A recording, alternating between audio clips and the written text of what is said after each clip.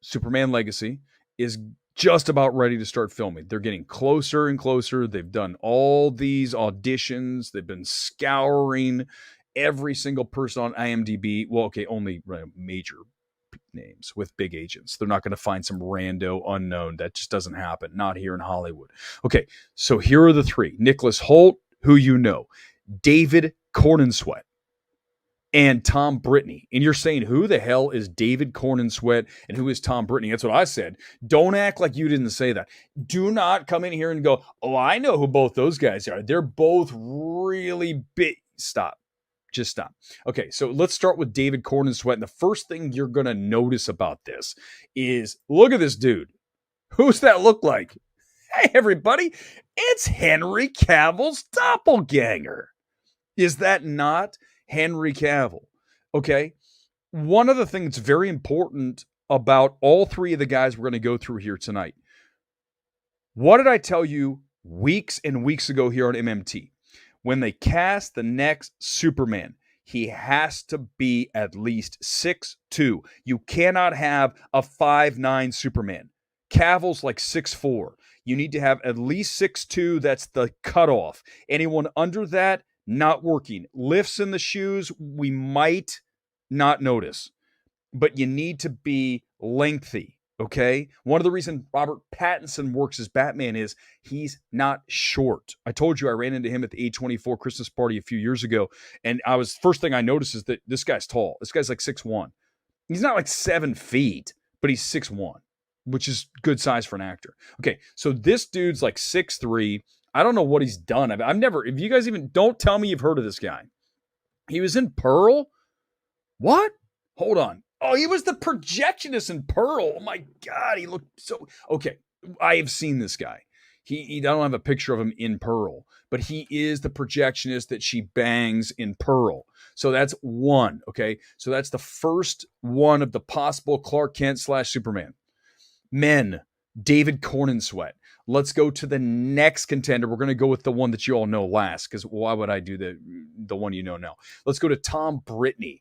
Tom Brittany, first thing, what do you see when you see this guy? When I look at this guy's face, I see a version.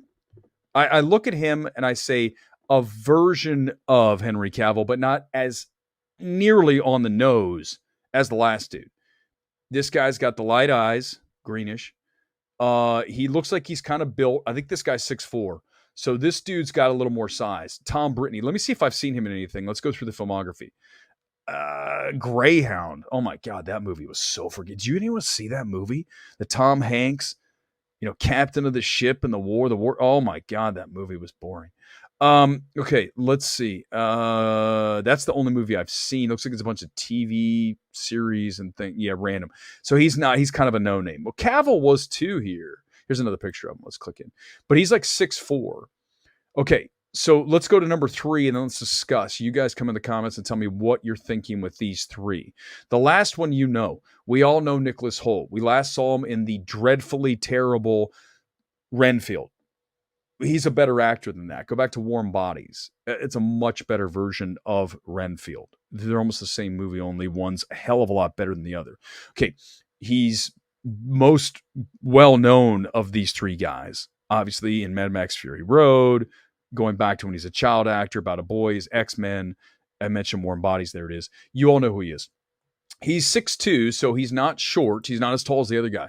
But here's the problem with him. Let me just throw this out here. And because I know this about him versus the other 2 guys. Nicholas Hoult is thin, okay? He doesn't have the physical prowess you're looking for in a Superman. He has to hit the weights, okay? And if you don't have that gravitas from a physical standpoint, it's going to be very hard to take you seriously as Superman. So Nicholas Hoult needs to be in the gym right now, busting his ass like I do. I'm not a big dude, but I at least try. And I'm not an actor, by the way, but yet I go to the gym and work out like I'm physically ready to roll. So this dude should be too. Nicholas Hoult better be doing that. So your thoughts on these 3? Again, all 3 are tall.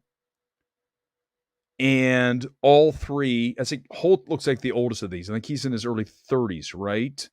The other two, not sure on the ages, but that works, right? Late 20s, early 30s is manageable for this because you need to have somebody like Robert Pattinson was for the Batman that you can use for a decade